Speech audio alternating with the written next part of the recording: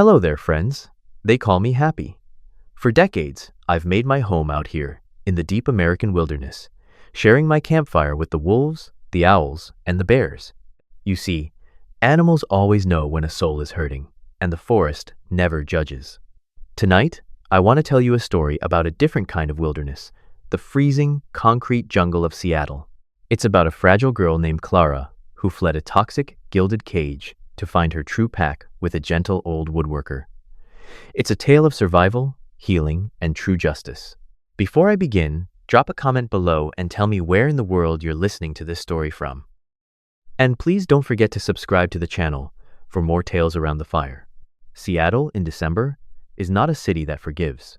It is a place of cold glass, sharp steel, and relentless gray, where the rain inevitably turns to sleet, and the sleet turns to a heavy, suffocating snow that buries the high-rises in a silent white.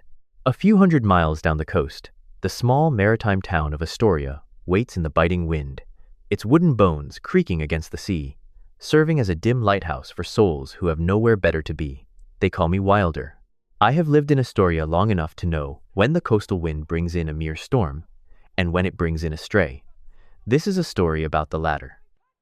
It begins in the suffocating heights of a Seattle penthouse, inside a family that had everything except a heart. Victoria Sterling was not a mother in any traditional sense of the word. She was an architect, an empire builder, and her 15-year-old daughter was simply her most expensive, high-stakes project. Victoria was a woman composed entirely of sharp angles. She was tall, dangerously thin, and moved with the terrifying precision of a striking snake. Her wardrobe consisted of immaculate, structured power suits in shades of ice and charcoal. Her personality had been forged in the ruthless fires of corporate takeovers, leaving her void of basic human warmth. A betrayal by her own business partners early in her career had permanently solidified her belief that trust was a liability, and absolute control was the only safety. She managed her household the way she managed her real estate empire, with an iron fist and a ledger. She controlled every single breath her daughter took. Victoria dictated Clara's meals, down to the gram-steamed fish and kale. No sugar, no joy. She monitored Clara's sleep schedules, her advanced placement grades, and ruthlessly curated her relationships, cutting out any friend who did not fit the Sterling brand of elite perfection. Under this crushing weight, Clara Sterling was fading. At 15, she possessed a fragile, porcelain beauty, but she looked like a ghost who hadn't quite figured out how to haunt her own life. She was petite, her skin pale from a lack of natural sunlight, and her dark eyes carried the hollow, exhausted stare of a combat veteran rather than a teenager. The depression had settled into her bones like a chronic ache. She was a bird trapped in a soundproof glass cage, suffocating in plain sight, realizing with absolute clarity that if she stayed in that penthouse, she would cease to exist entirely. So, she didn't stay. On a night when the snow fell so thick it blurred the streetlights of Seattle into hazy yellow smudges, Clara packed a single canvas backpack. She took no phone, no credit cards that could be tracked, and slipped out the service elevator. She walked into the freezing white oblivion, choosing the terror of the unknown over the certainty of her own destruction. When Victoria discovered the empty room the next morning, there was no panic. There were no tears, and there were no frantic calls to the authorities. Victoria stood in the center of Clara's pristine, untouched bedroom, her expression hardening into absolute stone. To call the police would mean a media scandal. It would mean headlines about the fractured Sterling family. Instead, Victoria made a cold, calculated business decision. She ordered her staff to pack away Clara's belongings. She forbade anyone from mentioning the girl's name. In Victoria's eyes, Clara was no longer a daughter. She was a failed project, a defective asset that had to be written off the books to protect the family's immaculate reputation. While Clara was navigating the frozen, unforgiving highways, hiding in the back of southbound freight trucks, a different kind of storm was brewing in the coastal town of Astoria. Elias Vance was a man who looked as though he had been carved from the very timber he worked with. He was in his late 50s, broad-shouldered and heavy-set, with a thick beard perpetually dusted with sawdust. His hands were mapped with scars and calluses, the hands of a man who spoke to trees and understood the language of grain and sap. He was deeply kind, but carried a quiet, heavy sorrow. 3 years ago, he had lost his wife, Martha, to a sudden illness.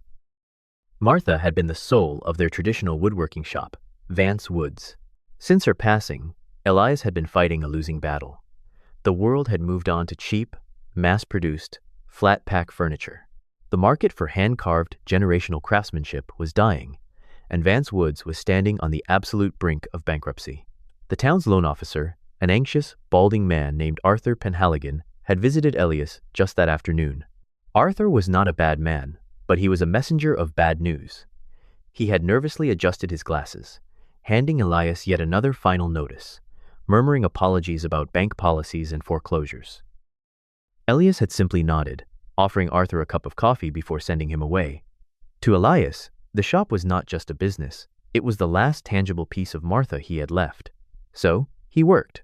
He worked through the days and deep into the nights, sanding, cutting, and polishing, trying to outwork a debt that was mathematically impossible to clear. The only companion Elias had during these long nights was Barnaby, the shop cat. Barnaby was a massive, scarred Maine Coon mix with half his left ear missing from a long-ago fight with a raccoon. He was old, cynical, and generally despised everyone. But he worshipped Elias, usually sleeping on top of the warmest piece of machinery he could find. It was past midnight. The coastal storm was hammering the corrugated tin roof of the woodshop. The wind was howling, driving freezing rain and sleet against the frosted windows. Elias was hunched over a workbench, carefully applying a layer of linseed oil to a dining chair, the scent of cedar and oil heavy in the warm air of the shop. Suddenly, Barnaby stood up. The old cat jumped down from the table, trotted to the heavy oak front door, and let out a low, urgent yowl. Elias paused, wiping his hands on his denim apron. He walked to the door and pulled it open, bracing against the sudden, violent rush of freezing air. There, collapsed on the wooden planks of his porch, was a small, unmoving figure. It was Clara. She was soaked to the bone, shivering violently, her lips tinged blue. She had walked the last 5 miles from the bus stop in the freezing rain, her body finally giving out the moment she saw the warm, glowing light spilling from the cracks of the woodshop. Elias didn't shout. He didn't hesitate. He knelt, scooping the freezing girl into his massive arms with astonishing gentleness, and carried her inside. He kicked the door shut against the storm, laying her on the old, soft sofa in the corner of the shop. He grabbed a thick wool blanket he kept for the winter nights and wrapped it tightly around her trembling shoulders. Clara's eyes fluttered open. She looked around in a panicked, disoriented haze, her gaze darting to the exits. She expected questions. She expected demands. She expected the authorities. Instead, Elias simply walked to the small kitchenette in the back. He poured a mug of hot chamomile tea, the kind Martha used to make, and brought it over. He set it on a crate next to the sofa. "Drink," he said, his voice a low, rumbling baritone that carried no judgment. "It'll chase the cold out." He didn't ask her name. He didn't ask where she had come from or why she was running in the middle of a winter storm. He just walked back to his workbench, picked up his cloth, and went back to oiling the wood, giving her the one thing she hadn't had in 15 years, the space to simply exist. Chapter 2. The True Family. Winter in Astoria eventually surrenders to a gray, rain-washed spring, where the coastal fog clings to the pine trees like wet wool. In those first few months, Clara lived in a state of suspended animation. Every time the heavy oak door of the woodshop creaked open, she braced herself for the sight of local police officers or the sleek, terrifying black SUVs of the Sterling Empire. She spent hours staring out the frosted windows, waiting for the inevitable dragnet to pull her back into the soundproof glass cage of her mother's world. But the weeks bled into months, and the silence from Seattle remained absolute. One afternoon, Elias allowed her to use the old desktop computer in his small, dusty office. With trembling fingers, Clara searched the news. There were no missing person flyers, no frantic press conferences. Instead, she found a glossy article featuring Victoria Sterling at a high society charity gala, smiling radiantly, sipping champagne as if her only child had never existed. The realization hit Clara with the force of a physical blow. Victoria had truly erased her. The grief was sudden and blinding, but as the tears finally stopped falling, it was swiftly followed by something entirely new, the terrifying, exhilarating rush of absolute freedom. That evening, as the rain hammered against the tin roof, Clara walked up to Elias. The big man was hunched over a drafting table, his calloused hands carefully measuring a piece of walnut. Clara stood there for a long moment before speaking. "They aren't looking for me," she said, her voice barely a whisper above the storm. "And I don't have anywhere else to go. Can I stay?" Elias set down his measuring tape. He looked at the frail, pale girl who had washed up on his porch like a piece of driftwood, seeing the quiet desperation in her dark eyes. He didn't offer her pity, he offered her a home. "There's a spare room upstairs," he rumbled gently. It was Martha's sewing room. "We'll clear it out tomorrow." The legalities of a runaway teenager were complicated, but Astoria was a town that minded its own business, and Elias Vance was a man universally respected. Through quiet channels and the help of a sympathetic local judge who understood the dangers of sending a terrified child back to an abusive home, Elias formally took guardianship of her. She legally shed the heavy, suffocating mantle of the Sterling legacy. She became Clara Vance. For the first time in her life, Clara was not treated as a project to be managed, but as a person to be nurtured. Elias did not impose rigid schedules or demand perfection. Instead, he taught her the quiet, meditative rhythm of the woodshop. He showed her how to run her fingers along the rough grain of a raw timber board to find its hidden strengths. "Wood remembers everything," Elias told her one afternoon, guiding her small hands as she held a block plane. "It remembers the harsh winters, the droughts, the wind. You can't force it to be something it's not. You have to listen to it, be patient with it, and work with what it gives you." Through the methodical, grounding labor of sanding, carving, and oiling, Clara began to heal. The severe depression that had hollowed out her soul in Seattle slowly began to lift, replaced by the warm, cedar-scented peace of Vance Woods.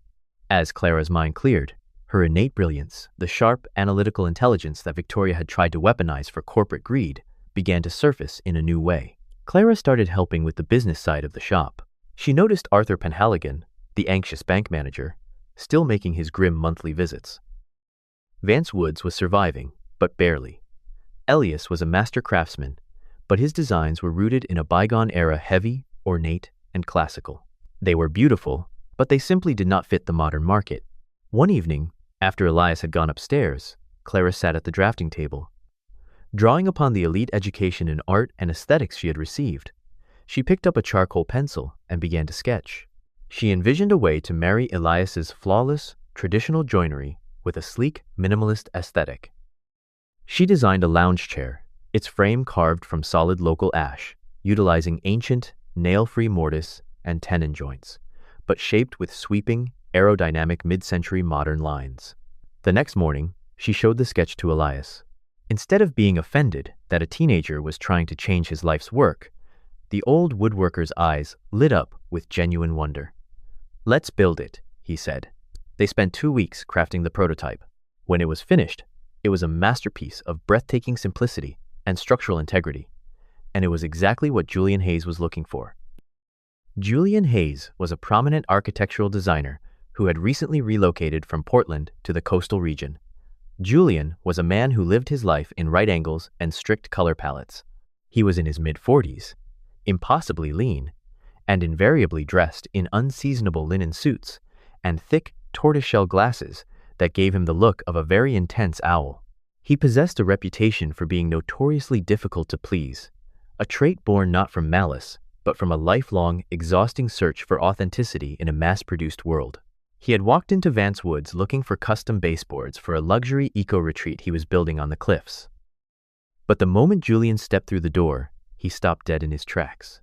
His eyes locked onto Clara's prototype chair sitting by the window. He ran his manicured hands over the smooth, sweeping ash wood, inspecting the flawless, hidden joints.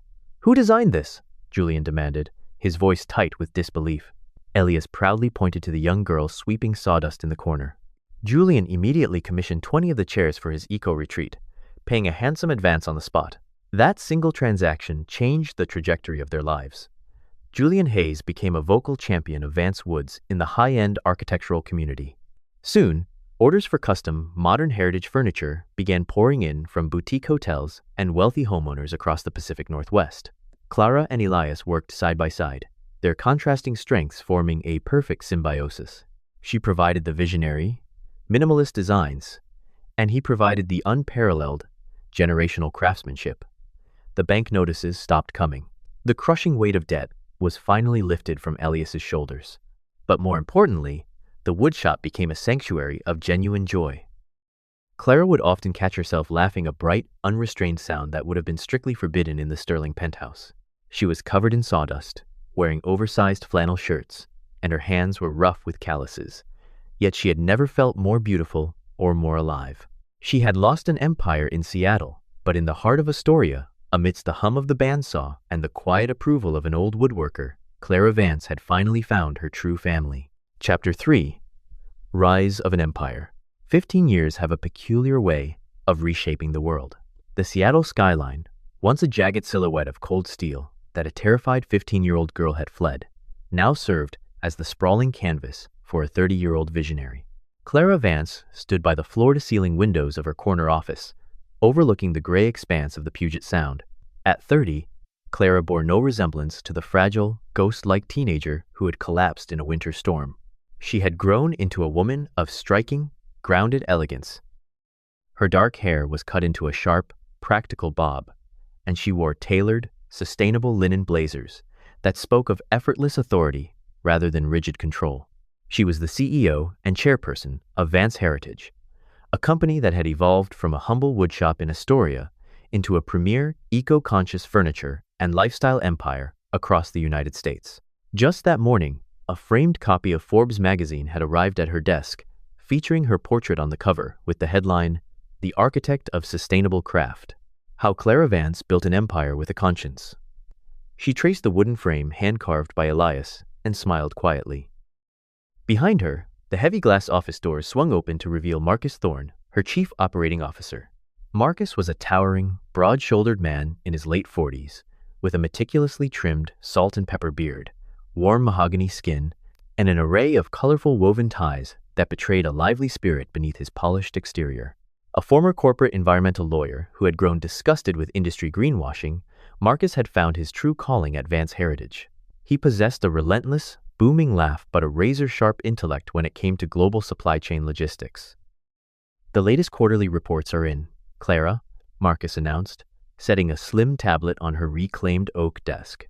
"Our zero-waste manufacturing facility in Oregon is outperforming projections by 12%. We are officially leading the national market in sustainable luxury." Clara nodded, her mind reflecting on the core philosophy that had brought her here. She had built this company not through the ruthless, exploitative tactics her biological mother worshipped, but through the quiet, patient wisdom Elias had taught her.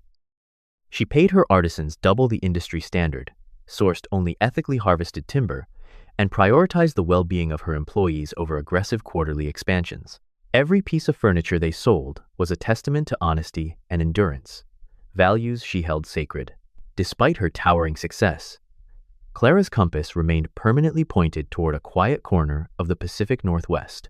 Elias Vance had officially retired 2 years ago, handing the reins of the booming business entirely to his adopted daughter. He now lived in a sun-drenched, custom-built eco-cabin that Clara had designed for him just on the outskirts of Seattle, surrounded by old-growth pines. Clara visited him every weekend without fail. When she drove up the gravel driveway that Saturday, she found the 70-something Elias sitting on the wraparound porch, whittling a small wooden bird. Time had turned his thick beard entirely white, and his broad shoulders had softened with age, but his hands were as steady as ever, and his eyes retained the same warm, grounding light that had saved her life. At his feet dozed Barnaby II, a massive, clumsy golden retriever mix with paws too big for his body and a temperament entirely opposite to the original grumpy shop cat. This dog loved absolutely everyone and everything, occasionally interrupting Elias's carving to demand belly rubs. Clara sat beside her father, handing him a thermos of hot chamomile tea. "Sometimes I feel like we're growing too fast, Dad," Clara confessed, watching the retriever lazily chase a falling pine needle.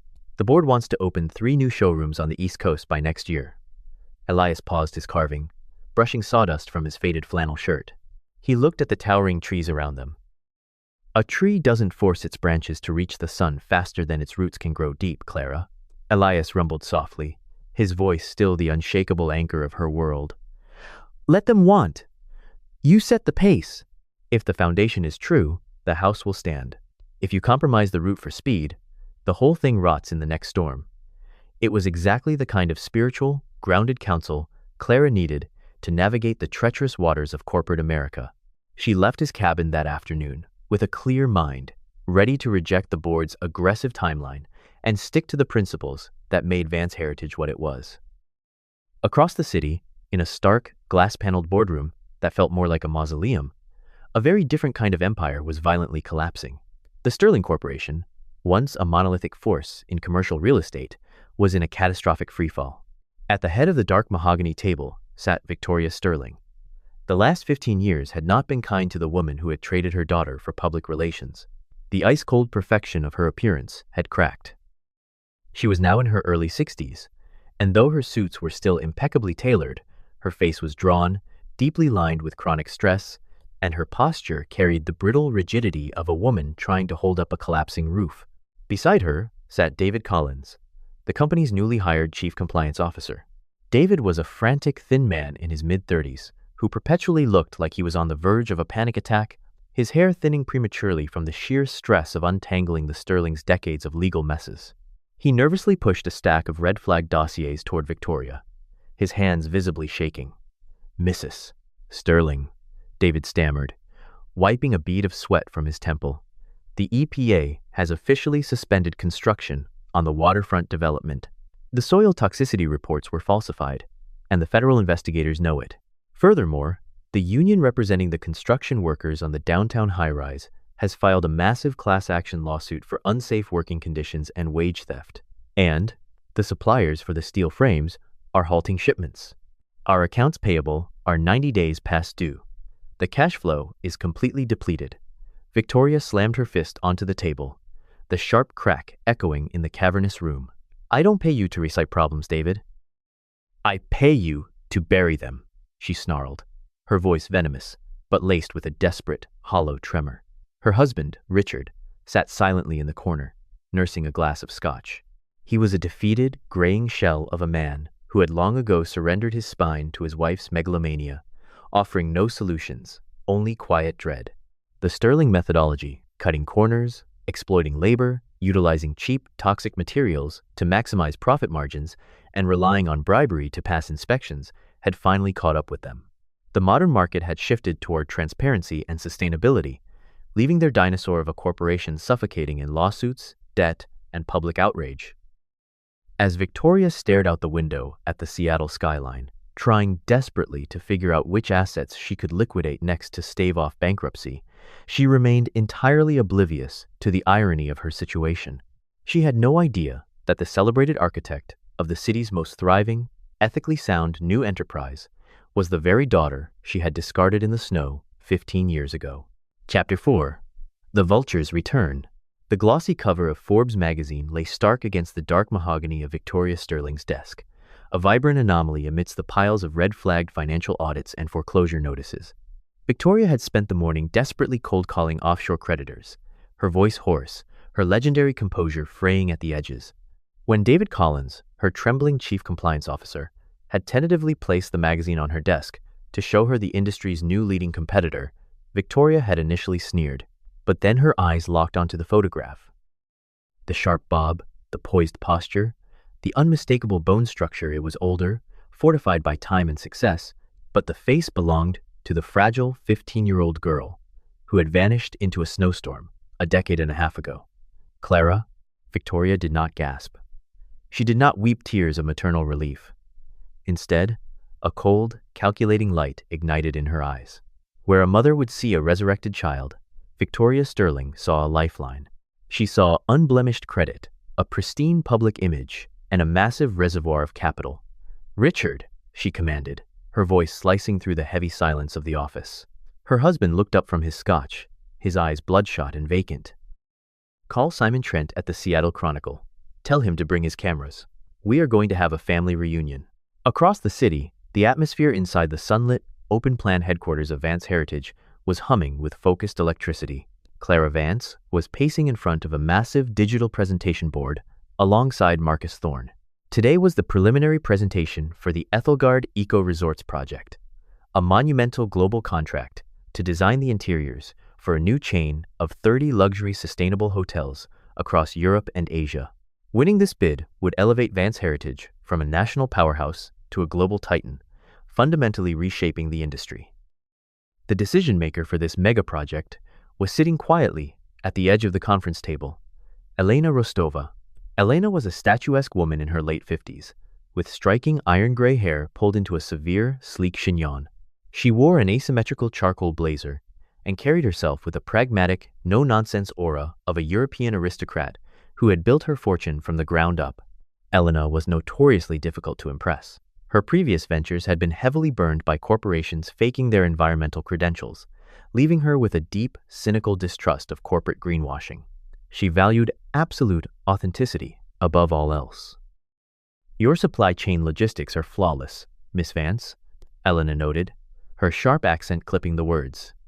"But you are aware that the Sterling Corporation has just submitted a massively undercut bid for this exact project?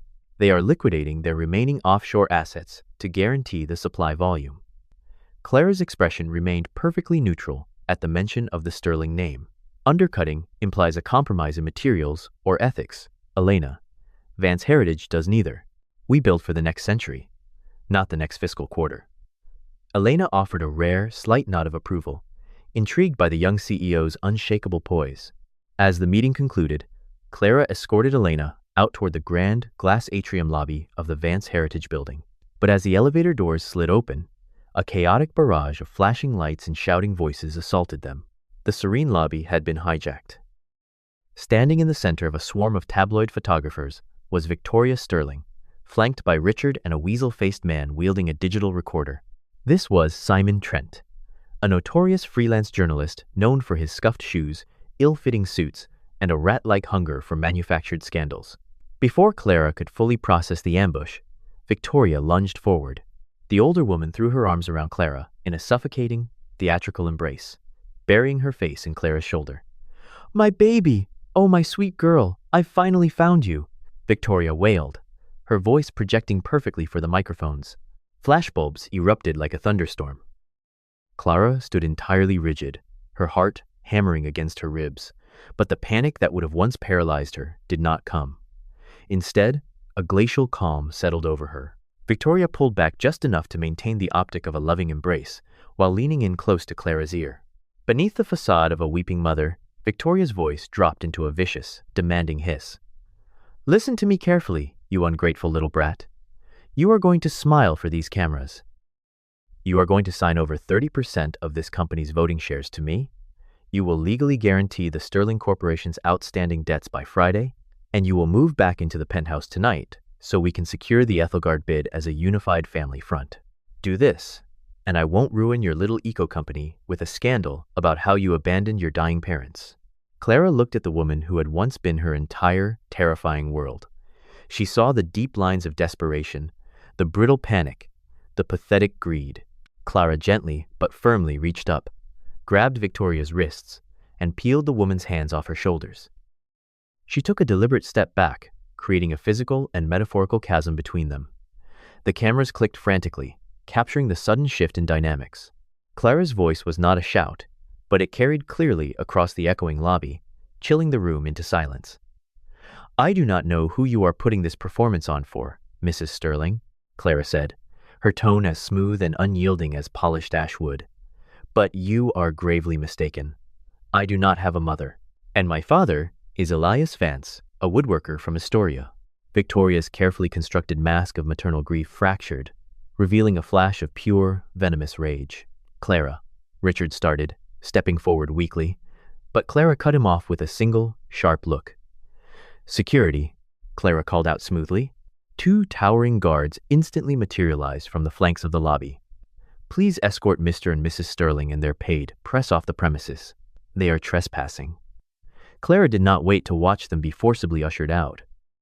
She turned her back on the Sterlings, offering an apologetic smile to the stunned but fascinated Elena Rostova, and walked away, her head held high, leaving the vultures to feed on nothing but their own public humiliation. Chapter 5. The Dirty War and True Revenge. The public rejection at the Vance Heritage Atrium ignited a toxic fury within Victoria Sterling that burned away any residual pretense of maternal affection. Cornered by impending financial ruin, she and Richard retreated to their fading penthouse and unleashed a vicious, calculated smear campaign designed to obliterate Clara's reputation and dismantle the life she had built. Within 48 hours, the local tabloids and digital news feeds were flooded with sensationalized headlines orchestrated by the rat-like journalist Simon Trent. Clara was painted as a cold, calculating monster who had abandoned her biological family in their hour of need. But the true malice of the Sterlings was directed at the anchor of Clara's life, Elias Vance. To execute this character assassination, Victoria hired Garrett Stone, a notorious private investigator who operated in the underbelly of Seattle's corporate world. Garrett Stone was a man in his late platforms, perpetually chewing on a wooden toothpick, with thinning, greasy hair combed straight back and a face pockmarked by years of cynical living. He wore a rumpled, nicotine-stained trench coat and possessed a cold, transactional soul, entirely willing to fabricate crimes for the highest bidder. Stone spent 48 hours manipulating old, digitized financial ledgers from the early days of Vance Woods, manufacturing a web of lies that accused Elias of human trafficking, tax evasion, and forcing an underage, traumatized Clara into illegal labor. Armed with these forged documents, Stone filed a formal complaint with the state prosecutor's office, aiming to land the 70-something woodworker in a federal penitentiary. When the state investigators arrived at Elias's peaceful eco-cabin, accompanied by flashing police lights that pierced the gloomy Seattle drizzle, Clara felt a surge of ancient, childhood terror threaten to choke her. But as she looked at her adoptive father, she saw no fear in his eyes. Elias simply sat on his porch, his hand resting on the broad head of Barnaby II, who let out a soft, protective growl. "A storm can shake the leaves, Clara, but it cannot move the deep roots," Elias murmured, his voice a steady, unyielding rock. "We do not fight their mud with our own. We let the truth do the work." His profound calm anchored her, transforming her panic into a cold, diamond-sharp focus. Clara refused to engage in a public slinging match or release desperate public relations statements. Instead, she locked herself in the Vance Heritage boardroom with Marcus Thorne and her elite legal team, working around the clock to orchestrate a counterstrike rooted entirely in absolute transparency and the rule of law. For years, Clara had quietly monitored the corrupt practices of the Sterling Corporation, gathering an encrypted vault of evidence as a safeguard, waiting for the moment they inevitably crossed the line. That moment had arrived. Simultaneously, the high-stakes battle for the global Ethelgard Eco-Resorts project reached its critical zenith. Victoria Sterling had pinned her company's entire survival on undercutting Vance Heritage's bid, believing the fabricated scandal surrounding Clara would force Elena Rostova to reject them. Elena, the statuesque European billionaire, sat in her luxury hotel suite, reviewing the morning papers with a look of profound disgust. She detested corporate drama, but she detested lies even more. Elena called an emergency meeting with both parties. While Victoria arrived at the hotel boardroom cloaked in defensive arrogance, confident that her cheaper prices would win out, Clara walked in with Marcus Thorne, carrying a single, slim flash drive. Clara did not address the tabloids.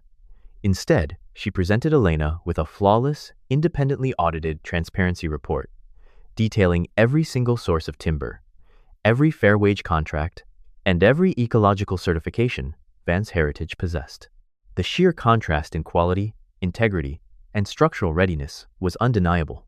Vance Heritage's presentation was a masterpiece of sustainable luxury, while the Sterling proposal was revealed as a hollow, cutting corners facade. Elena Rostova didn't hesitate. She stood up, bypassed Victoria entirely, and shook Clara's hand, officially awarding the multi-billion-dollar global contract to Vance Heritage.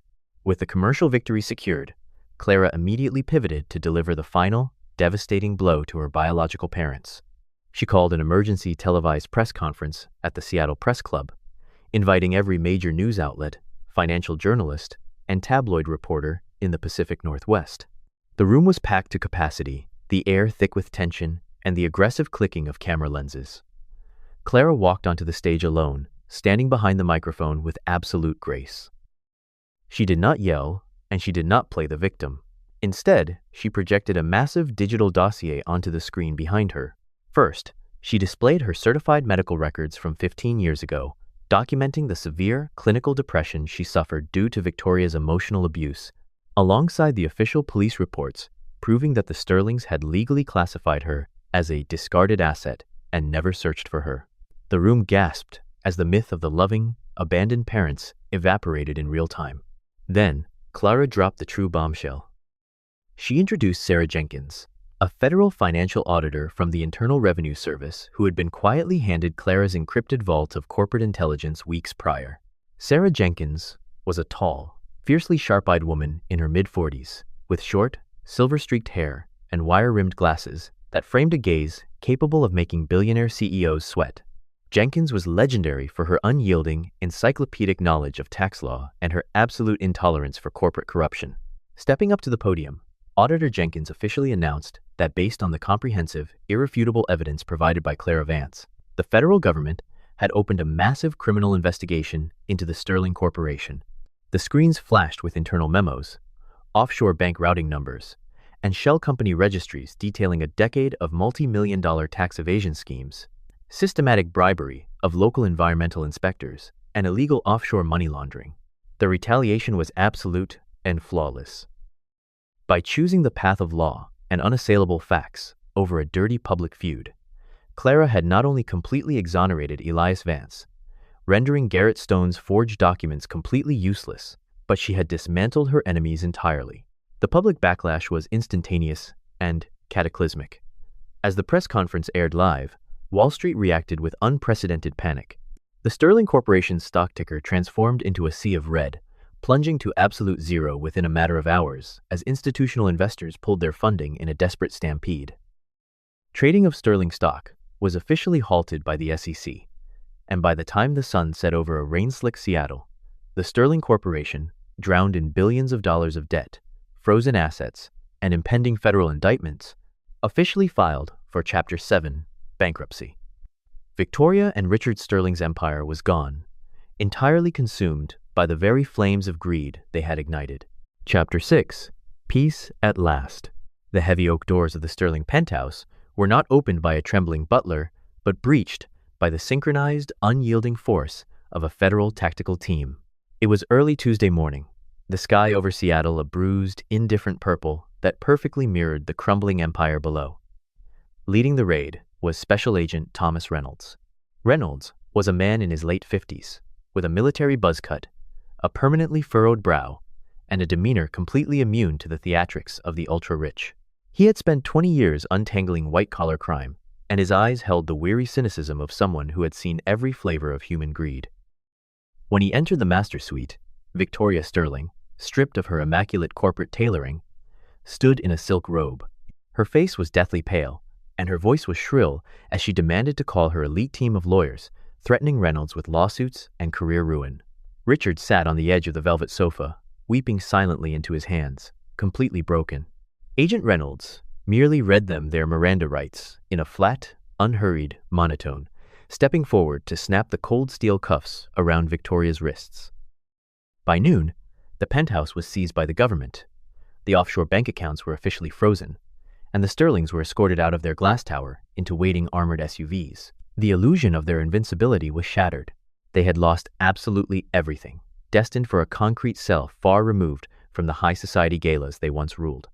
Clara Vance watched the breaking news on the muted television in her sunlit corner office.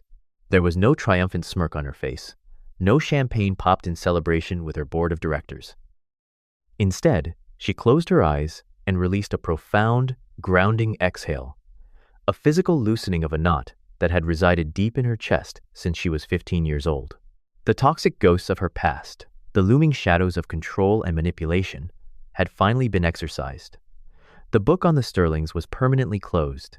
She turned off the television, picked up her car keys, and walked out of the building.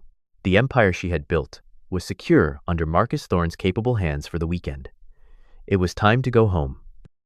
Clara drove her vintage, restored Bronco down the winding coastal highway, leaving the jagged steel and relentless gray of Seattle behind for the emerald pines and salty air of Astoria.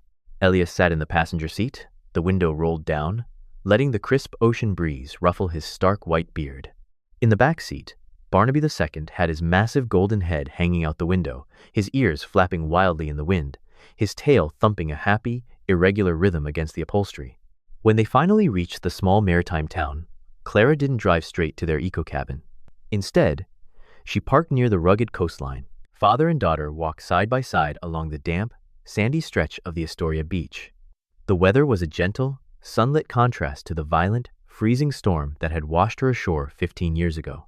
The waves lapped quietly at their boots, washing away the footprints they left behind.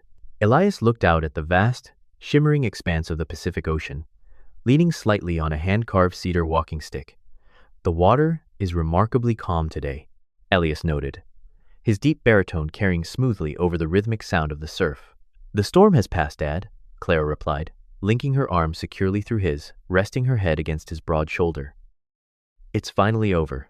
After their walk, Clara drove them back toward the heart of the town, pulling up to the familiar, weathered structure of the original Vance Woods shop. But she didn't park in front of the old doors. She pulled into the expansive, adjacent lot that had sat vacant and overgrown with weeds for a decade. Now, the lot was entirely cleared, and the skeletal wooden framework of a massive, beautiful new building was already rising from the earth. Elias stepped out of the truck, his brow furrowed in deep confusion. "Clara, what is all this?" he asked, looking at the active construction crews and the large architectural blueprints pinned to a temporary wooden board. Clara walked up beside him, placing a gentle hand on his back. "When I showed up on your porch, I was broken, terrified, and completely alone," Clara said softly, her voice thick with emotion. "You didn't ask for my resume. You didn't demand to know my past. You just gave me a safe place to heal, and you taught me how to build something beautiful with my own two hands. I want to make sure you keep doing that forever." She pointed to the blueprint, which proudly bore the title, "The Vance Foundation for Sustainable Craft." Clara explained her vision: a fully funded, tuition-free woodworking and design academy for runaway, homeless, and at-risk youth. It would provide secure housing, mental health therapy, and a tangible, respected trade to kids who the world had written off kids exactly like she used to be.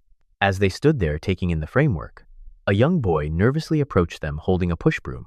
This was Leo, the academy's very first unofficial apprentice.